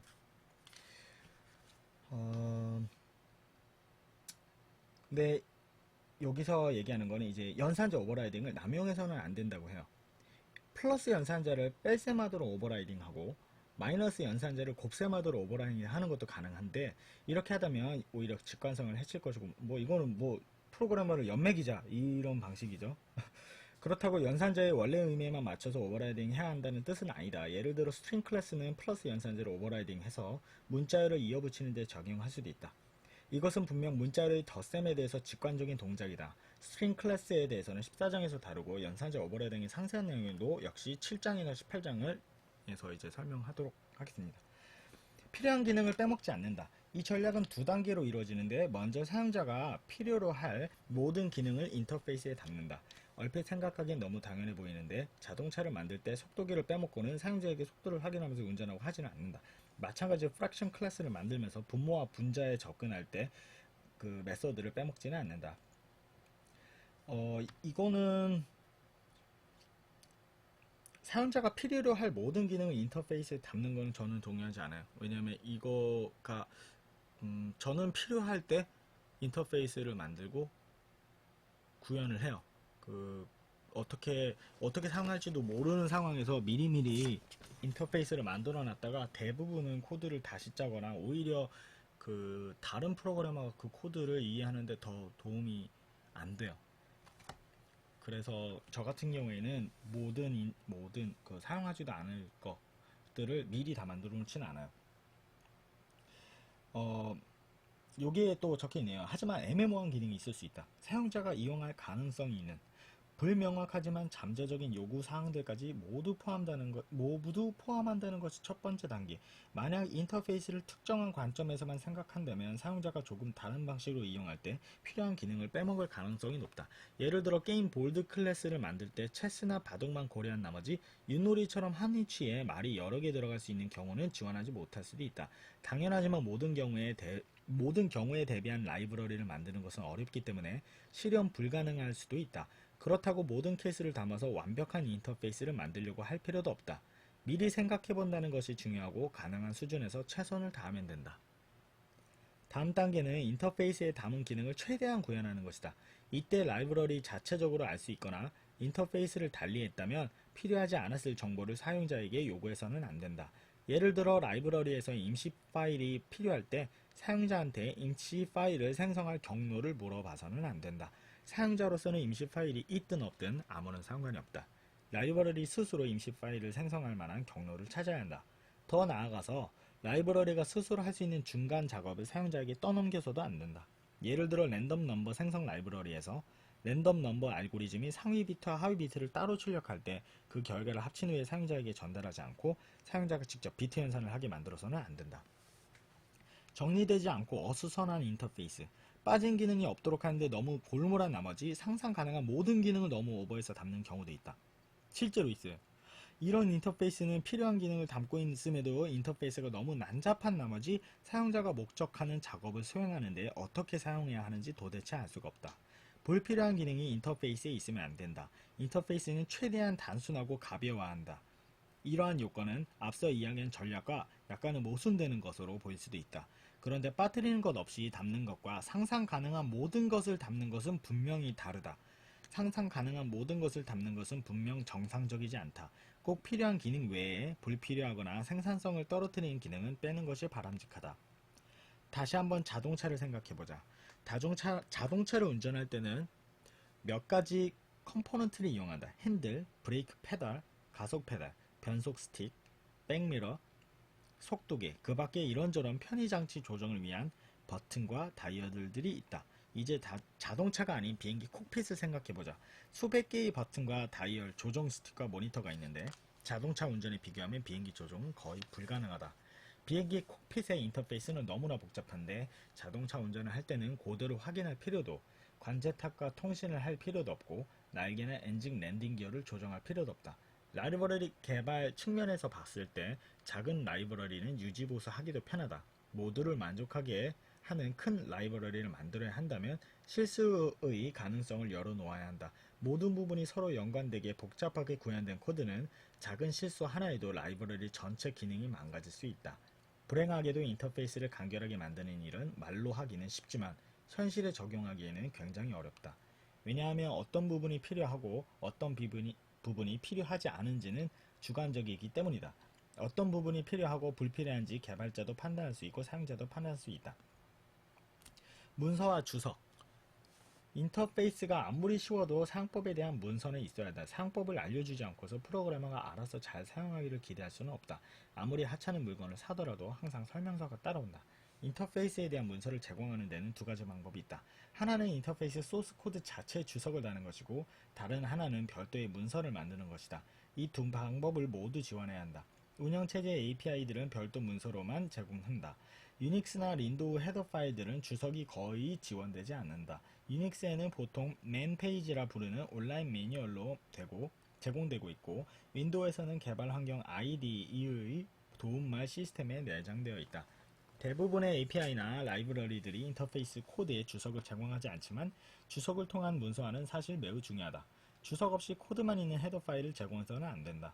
별도 문서에 제공된 내용과 주석이 중복된다 하더라도 주석은 중요하다. 코드에 남겨진 주석은 프로그래머가 직접 남긴 흔적으로 친근함을 주며 많은 훌륭한 프로그래머들이 아직도 선호하고 있다. 어떤 프로그래머들은 주석으로부터 자동으로 문서를 생성해주는 툴을 이용하기도 하는데 이에 대해서는 5장에서 자세히 알아보다. 독시젠 이런 것들이 있죠. 소스 코드 주석이든 네네 많이 얘기하네요. 이 책이 말이 많아요. 이 책은. 소스 코드 주석이든 별도의 문서이든 라이브러리의 구현이 아니라 행동에 대해서 설명하고 있어야 한다. 여기서 행동은 입력, 출력, 오류 조건과 그 처리 방법, 주요 사용 케이스, 그리고 성능, 스펙 등을 의미한다. 예를 들어 랜덤 넘버를 생성하는 라이브러리의 설명서라면 입력 파라미터가 없고 사전에 설정한 범위의 정수를 리턴하는 것과 오류 상황에서 발생하는 익셉션 목록을 나열해야 한다. 하지만 랜덤 넘버 생성 알고리즘이 1차 합동식을 어떻게 활용하는지 상세 구현 내용을 설명할 필요는 없다. 구현 내용을 과도하게 많이 설명하는 것은 인터페이스 설명서의 가장 흔한 실수 중 하나이다. 인터페이스와 구현이 완벽하게 분리되어 있지만 인터페이스의 주석이 인터페이스 사용자보다 라이브러리 유지보수 담당자에게 적합하게 되어 있어 안타까운 경우를 자주 볼 수 있다. 당연하지만 내부 구현에 대한 문서화도 분명 필요하다. 단 공개된 인터페이스 설명 자료에 활용해서는 안 된다. 바람직한 주석 작성 방법에 대해서는 5장에서 살펴본다. 주석은 저 같은 경우에는 많이 사용하지 않아요. 거의 한 10%도 안 쓰는 것 같아요. 실제로 회사에서 업무할 때도 저는 주석을 거의 사용을 안 하고요. 이게 어떤 의도를 가지고 있는지 어떻게 했는지를 전부 저는 소스 컨트롤에 그 서밋할 때 디스크립션 적잖아요. 거기에다가 적어요. 주석에서는 저는 거의 보통 설명을 하지 않고 있고, 만약 이거를 그 다른 사람이 사용해야 되는 어떤 이런 함수라면 차라리 테스트 케이스들이나 그냥 주석으로서 이 함수에다가 어떤 입력을 주면은 뭐가 나온다, 그냥 요 정도만 설명을 해요. 그 정도, 그마저도 거의 안 쓰는 편이긴 해요, 저는 주석을. 예. 주석을 쓰면 코드는 자꾸 바뀌는데 주석까지 바꾸는 게 일이 되더라고요. 그래서 요새 추세도 그래서 주석을 많이 쓰는 거는 선호하지 않고, 회사에서도 주석보다는 이제 그 소스 컨트롤 체크인 할 때 이게 왜 썼는지, 왜 이 함수를 만들었는지, 왜 이 클래스를 만들었는지 그 의도만 적으면 대부분의 그 프로그래머들이 코드를 읽을 수 있기 때문에, 의도가 중요해요. 그 알고리즘이 어떻게 돌아간다, 그게 엄청나게 중요한 알고리즘이고 아무도 이해를 못하는 거라면 모르겠는데, 누구나 의도만 알고 있으면 작성할 수 있는 로직이라면 그거를 유지보수 하지 않고 다른 사람이 그 의도만 안다면 다시 작성해도 되는 거잖아요. 그래서 의도를 적는 식으로 요새 많이 하더라고요. 자, 범용 인터페이스 디자인. 인터페이스는 여러가지 작업에 모두 적용할 수 있도록 충분히 범용적이어야 한다. 만약 특정 애플리케이션의 종속적인 형태로 되어 있다면 다른 목적으로는 사용하기 어려울 것이다. 다음은 범용성 있게 인터페이스를 디자인하기 위한 가이드라인들이다. 같은 기능을 수행하는데 여러가지 방법을 제공한다. 모든 고객을 만족하게 하려면 어떤 때는 동일 기능을 수행하는데 여러가지 방법을 제공하는 것이 필요할 수도 있다. 하지만 조심해서 적절한 수준을 지키지 못하면 인터페이스 자체가 어수선해질 수도 있기 때문에 주의해야 한다. 자동차 디자인을 생각해보자. 오늘날 대부분의 신차는 원격키 기능을 제공하는데, 이 기능을 이용하면 원거리에서 버튼을 누르는 것만으로도 문을 열 수 있다. 원격키를 이용할 수 있음에도 모든 자동차가 물리적으로 열쇠를 삽입하고 돌려야 하는 표준키를 동시에 지원하고 있다. 비록 두 기능이 중복되지만 원격키의 배터리가 방전되었을 때도 문을 열고 시동을 걸 수 있어야 하므로 운전자들은 두 기능의 방법을 모두 필요로 한다. 프로그램 인터페이스 디자인에서도 비슷한 상황이 있을 때가 있다. 예를 들어 어떠한 방법이 문자열을 취하는 것이라 하자. 이때 C++의 스트링 객체를 받는 인터페이스와 더불어 C 스타일의 문자열 포인터를 받는 인터페이스 모두를 지원하고 싶을 수 있다. 두 데이터 타입 간의 변환이 가능하지만 프로그램의 성향이나 처한 환경에 따라 선호하는 방식이 다를 수 있기 때문에 두 방법을 모두 지원하는 것이 도움이 될 수 있다. 이러한 전략은 간결한 인터페이스의 예외임을 명심해야 한다. 이러한 예외가 적용될 만한 경우는 그리 많지 않다. 대부분의 상황에서는 간결한 인터페이스가 더 중요하다. 이거 같은 경우에는 언리얼 엔진 4 같은 경우에 F 스트링이라는 거를 제공을 해요. 그거는 이제 F 스트링도 똑같은 예예요. F 스트링도 받고 C 스타일의 문자를 넘겼을 때 그거를 이제 F 스트링으로도 변환도 해주고, 그거를 또 C 스타일로도 변환해주고, 그 역변환이 다 서로 역변환 해주는 것을 다 제공을 하고 있더라고요. 그래서 그런 예가 있고요. 커스터마이즈를 지원한다. 인터페이스의 유연성을 높이려면 프로그래머의 개별 상황에 맞춰 커스터마이즈 할 수 있도록 한다. 커스터마이즈는 에러로우를 껐다 켜는 것처럼 아주 단순한 것일 수도 있다. 커스터마이즈의 기본은 사용자들에게 모든 기능을 제공하되 필요에 따라 인터페이스의 기능을 조금 다르게 바꿀 수 있는 통로를 제공하는 것이다. 함수 포인터나 템플릿 파라미터를 이용해서 높은 수준의 커스터마이즈를 지원할 수 있다. 예를 들어 사용자가 에러 핸들링 루틴 자체를 자신의 것으로 바꿔치기 하도록 할 수 있다.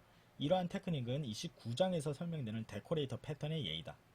STL은 커스터마이즈 전략을 극단적으로 활용할 수 있다. STL에서는 사용자가 각 컨테이너의 메모리 할당자를 사용자가 만든 것으로 바꿔치기 할 수 있도록 하고 있다. 얼로케이터 있죠. 단 이 기능을 사용하려면 메모리 할당자 객체를 STL에서 가이드하는 인터페이스에 맞추어서 구현해야 한다.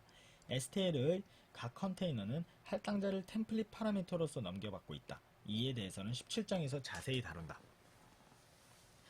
사용성과 범용성이 좋아. 사용성과 범용성이라는 두 목표는 서로 충돌이 될 때가 있다. 범용성을 높이면 인터페이스가 복잡해지는 경우가 많다.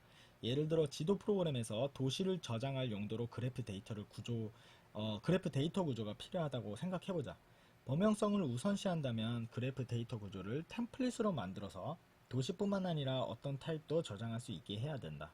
이렇게 하면 다음에 네트워크 시뮬레이터 프로그램을 만들 때 같은 그래프 데이터 구조를 라우터 위치 저장용으로 재활용할 수 있다. 하지만 템플릿의 이용 덕분에 인터페이스를 이용하기 까다로워졌다. 특히 사용자가 템플릿에 익숙하지 못하다면 매우 어렵게 느껴질 것이다. 그렇다고 사용성과 범용성이 항상 서로 배치되는 것도 아니다. 범용성이 사용성을 저해하는 경우가 있긴 하지만 두 경우를 모두 만족하도록 인터페이스를 디자인할 방법이 있다. 그렇게 하기 위한 가이드라인이 있어요. 복수의 인터페이스를 제공한다. 인터페이스가 복잡하지 않게 하면서도 많은 기능을 지원해야 한다면 두 개의 분리된 인터페이스를 만든다. 예를 들어 범용 네트워킹 라이브러리에서 게임에 유용한 인터페이스와 HTTP와 같이 웹 서비스에 유용한 인터페이스 두 가지를 따로따로 제공할 수 있다. 자주 사용되는 기능을 쉽게 제공하는 경우도 있어요. 범용 인터페이스를 제공할 때 어떤 기능은 다른 기능보다 더 자주 이용될 수 있다. 이럴 때는 자주 사용되는 기능을 사용하기 쉽게 만들고 그렇지 않은 기능은 옵션으로 제공한다. 이게 대부분의 인터페이스 만드시는 API 만들 때 이렇게 만들어요. 예를 들어 지도 프로그램에서 각 도시의 이름을 지도에 표시할 때 사용할 언어 종류를 선택할 수 있게 하고 싶다고 가정해보자.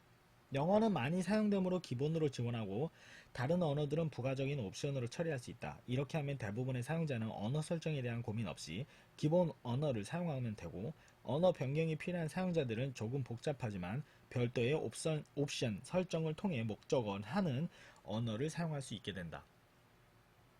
요약하자면 4장 이제 다 끝났습니다. 요약하자면 2장을 통해 왜 재사용성 높은 코드를 디자인해야 하는지 그리고 어떻게 할 수 있었는지 배웠고요. 한 번 작성하고 여러 번 사용한다는 재사용 이 철학. 한 번 사용하고 한 번 작성하고 여러 번 사용한다. 는 재사용 철학과 함께 재사용 가능한 코드가 범용성과 사용 편의성 모두 갖추어야 함도 알아보았다. 재사용 코드를 디자인할 때는 추상화를 통해 코드를 적절히 구조하고 좋은 인터페이스를 만들어야 한다. 이 장은 코드를 구조하는 세 가지 팁도 설명했다. 관련이 없거나 논리적으로 분리된 개념들이 합쳐지는 것을 피하고 템플릿을 통해 범용 데이터 구조와 알고리즘을 만들며 오류 검사와 안전장치를 적절하게 제공한다. 이 장은 인터페이스 디자인에 관련한 6가지 전략도 다루었다. 사용하기 쉽게 할 것, 필요한 기능을 빠뜨리지 말 것, 어수선하지 않고 간결하게 할 것, 문서와 주석을 제공할 것, 같은 기능을 수행하는데 여러가지 방법을 제공할 것, 커스터마이즈를 지원할 것, 그리고 상호 배치되기 쉬운 범용성과 사용성을 조화시키기 위한 2가지 팁들도 알아보았다.